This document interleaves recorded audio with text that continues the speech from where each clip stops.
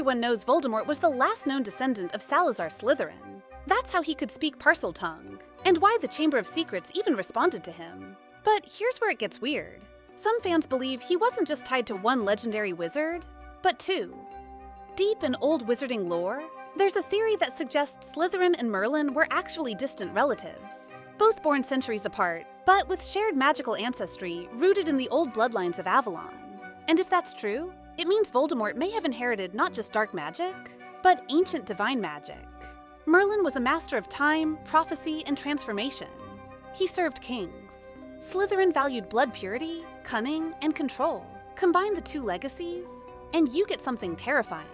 A wizard who could manipulate both fate and fear. Of course, there's no confirmation from Rowling, but the clues are there. Voldemort's obsession with prophecy, his unnatural charisma, his ability to bend others to his will without even speaking. He wasn't just powerful, he was born to control. But that's only the first crack in the surface. Because the next theory, it suggests Voldemort's evil wasn't just personal, it was environmental. We all know the story. Tom Riddle, the brilliant orphan who grew up to become Lord Voldemort, was the last known descendant of Salazar Slytherin, one of the 4 founders of Hogwarts, and a man obsessed with blood purity and power. That connection explains a lot. Voldemort's ability to speak Parseltongue, his obsession with pureblood supremacy, his control over the basilisk in the Chamber of Secrets. It all fits the Slytherin legacy. But what if that's only half the story?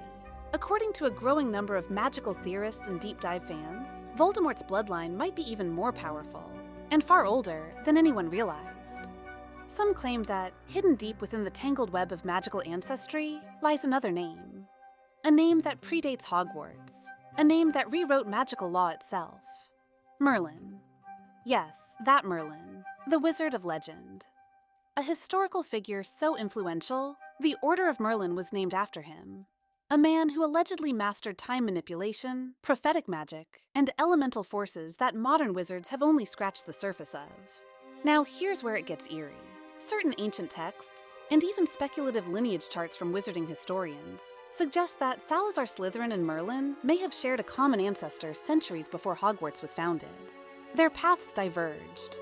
Merlin moved toward balance and counsel, Slytherin toward ambition and exclusion. But imagine what would happen if those bloodlines ever reconnected. That's where Tom Riddle comes in. Born of a Gaunt mother, a direct descendant of Slytherin, and a Muggle father, his bloodline seemed diluted, until you realize that the Gaunts were known for inbreeding to preserve power. Some believe that in their obsession with magical purity, the Gaunts unknowingly preserved not only Slytherin's blood, but traces of Merlin's ancient line as well.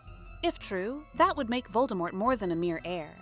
He would be the convergence of 2 of the most legendary magical forces in history.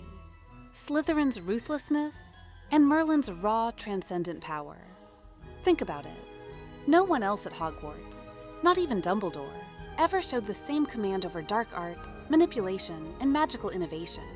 Voldemort created spells that no one had seen before. He split his soul 7 times.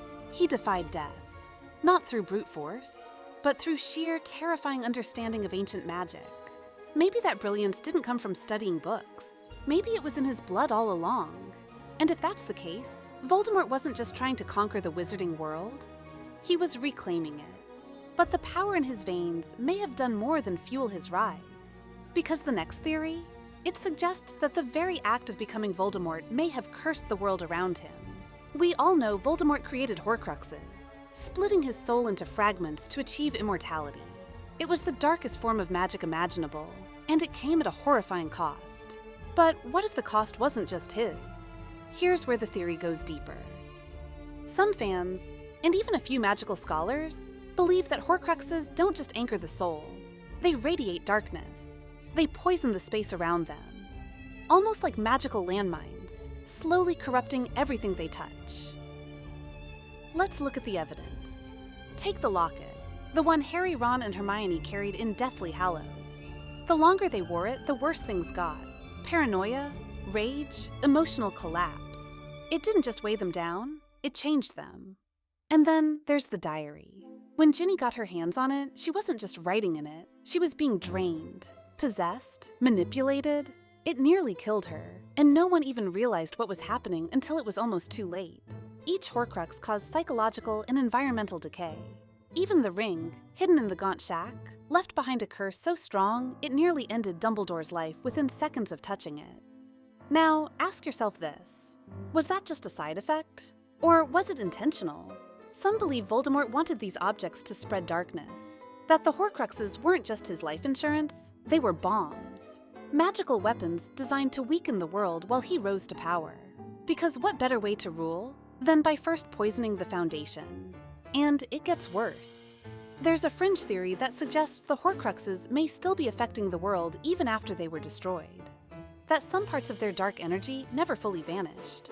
They just buried themselves deeper. Whispers of cursed families, strange magical illnesses, bursts of rage and despair in places connected to Voldemort's past. What if the war never really ended? What if his soul still hasn't? But if Voldemort's Horcruxes were a curse upon the world, then the people closest to him. They were something far more personal.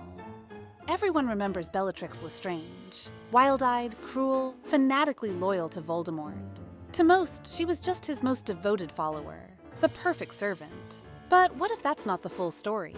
What if she wasn't just obsessed?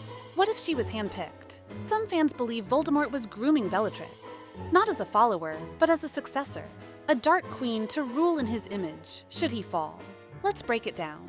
She wasn't like the others. Lucius, McNair, Crabbe, they served him out of fear or political gain. But Bellatrix? She worshipped him, lived for his approval, killed for it. She even went to Azkaban with a smile on her face, proudly proclaiming he would return. And when he did, she was right at his side. But here's what makes the theory even more chilling. He trusted her, more than anyone else. He let her stand closest in battle, gave her personal missions, shared secrets he didn't entrust to others. Even Snape, his most valuable double agent, wasn't allowed that level of access. Now, combine that with this, the rumor of Delphi, the supposed daughter of Bellatrix and Voldemort. Canon or not, the fact that this theory even exists says something. Fans could feel the tension, the twisted bond between them, and in a world where Voldemort avoided intimacy, Bellatrix was the only one who ever seemed to get through. So what does that mean? Was he manipulating her? Or molding her? Because if Voldemort truly believed he was building an eternal empire, he would have needed someone to carry it forward. Someone just as ruthless, just as unhinged, just as loyal. And if Bellatrix was that person, her death wasn't just a loss. It was the collapse of his entire backup plan. But she may not have been the only one he tried to control. Because the next theory, it flips everything we thought we knew about Dumbledore, and reveals a twist so big, it could change how we view the entire series.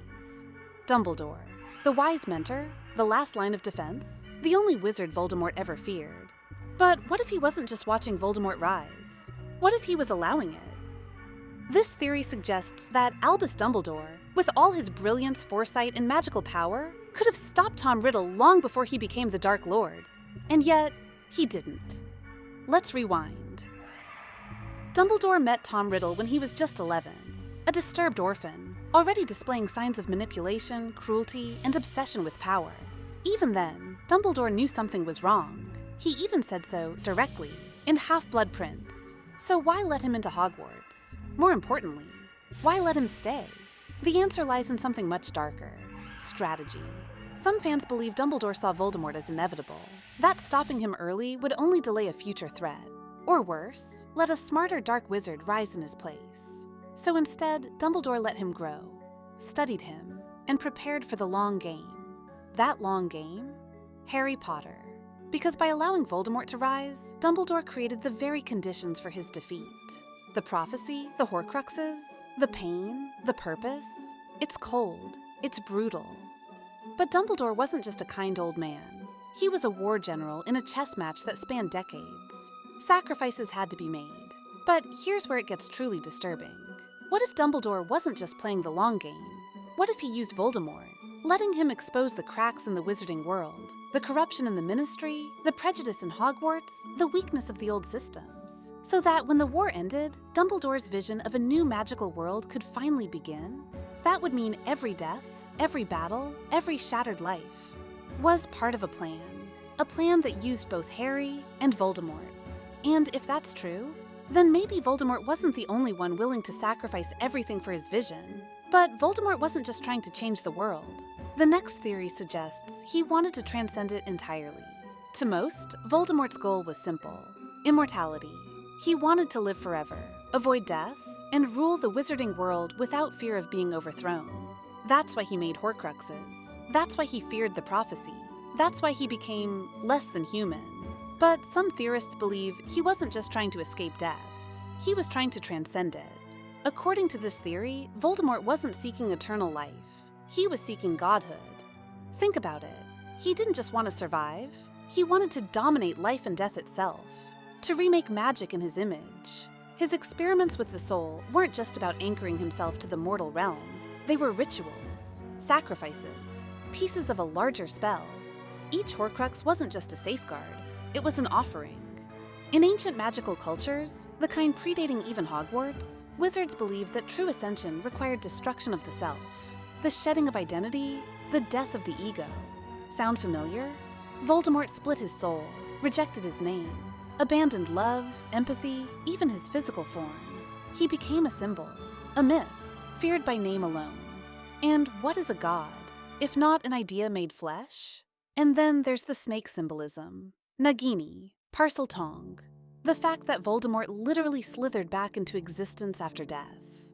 In many cultures, snakes represent rebirth, transformation, eternal cycles. Voldemort didn't just embrace that image, he became it. And when you look closely, you start to realize something. He was never interested in power for power's sake. He wanted worship, obedience, fear, not as a man, but as a force of nature. And here's the final twist. Maybe he succeeded.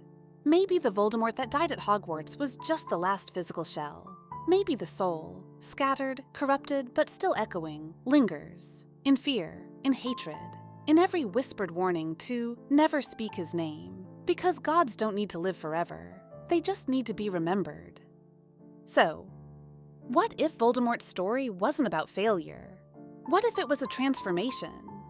A boy who grew up unloved, broken, and invisible, who reached so far into the darkest parts of magic that he stopped being human altogether, who shattered his soul, rewrote ancient laws, and turned himself into something the world had never seen, and still doesn't fully understand.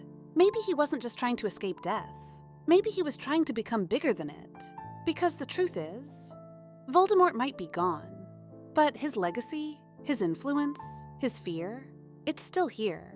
In every dark wizard that follows, in every trace of corruption in the ministry, in every whispered name behind closed doors. He may have been defeated in battle, but the world he helped create, that's still standing. So the real question isn't, was Voldemort evil? It's, did he win in a way we never saw coming? Let me know which of these theories hit you hardest, and if you think any of them might actually be true. Because when it comes to the Dark Lord, the real story may have only just begun.